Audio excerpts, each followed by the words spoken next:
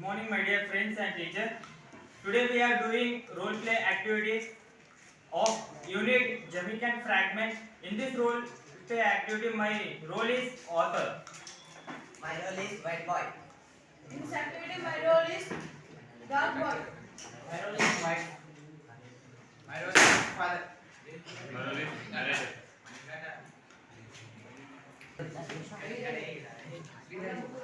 Every day I walk from my home to the trammer line in the morning and from the line to my home in the evening. The walk is pleasant. The road on either side flanked by the red and green roofed bungalows. The green lawns and gardens. The exercise is good for me. And now then, I learned something from a little incident one morning about halfway between my front gate and the tram track. I noticed two little playing boys in the garden of the more modest cottages. They were both very little ones, one of 4 and other perhaps the other 5. The figure of the two was strutted youngster, very dark, with a mat of coarse hair on his head and coal black eyes. He was definitely a little Jamaican. A strong little Jamaican, the other little fellow was smaller, but also studied. He was white and hazel eyes and light brown hair. Both were dressed in blue shirts and khaki pants. They wore no shoes and their feet was muddy. They were not conscious of my standing there, watching them. They played on. The game, it could be called a game, was not elaborate.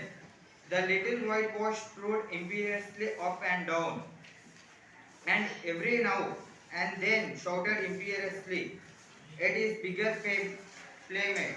The little brown boy shuffled along quietly behind him and did what he was told. Pick up the stick. Pick up the stick.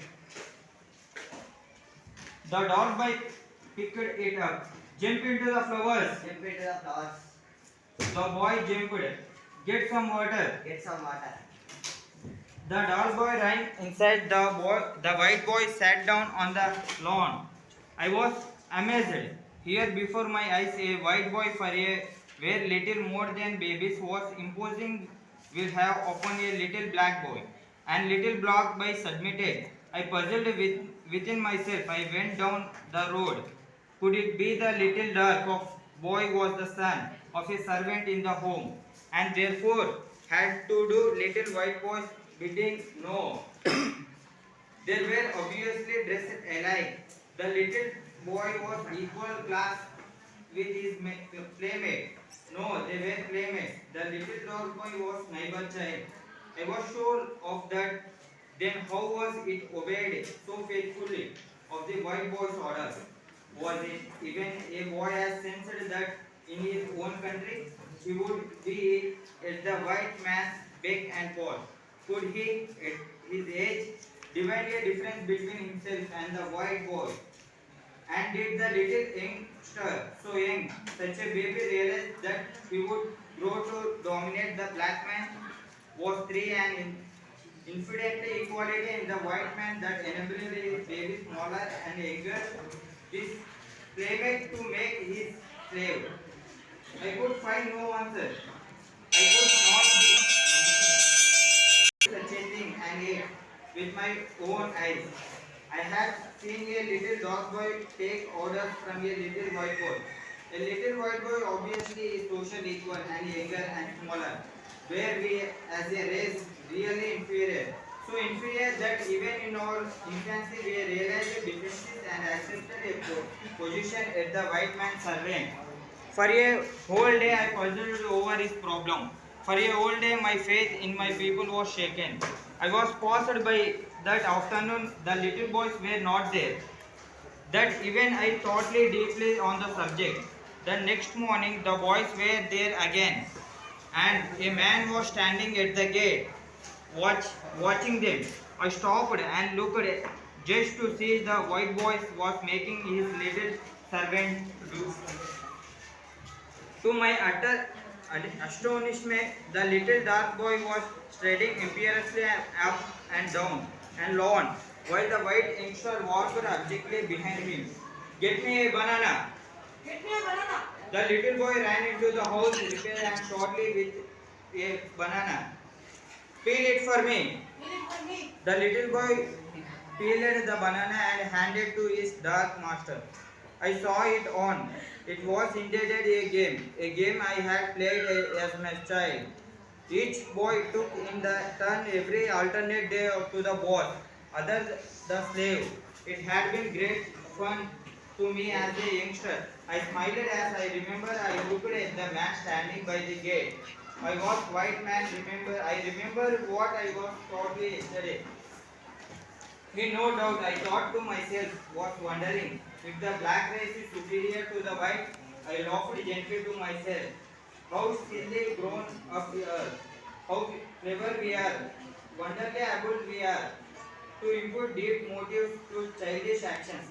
The man, I said to myself, will puzzle all day on whether the black will eventually rise and rule the world because he thinks he sees a little black boy realize at the tender age superiority over the white. I will save the from this puzzle. I will explain it to him. And I went close to him. I know what we are thinking. I said, you are thinking that maybe the black race is superior to the white because you just saw the little youngster on a lawn ordering the little boy around. Don't think that. It's just a game. Alternate days, one is the boss and other is the servant. It's grand game. I used to play. It might miss this you. Yesterday I saw the little white boy washing the dirt. One is worried all the day of the dark boy's realizations of inferiority. So young is like, we are silly, we are grown up, or we not we. The man was surprised at the outburst, the looked at the smiling. I know all about it. The game, he said.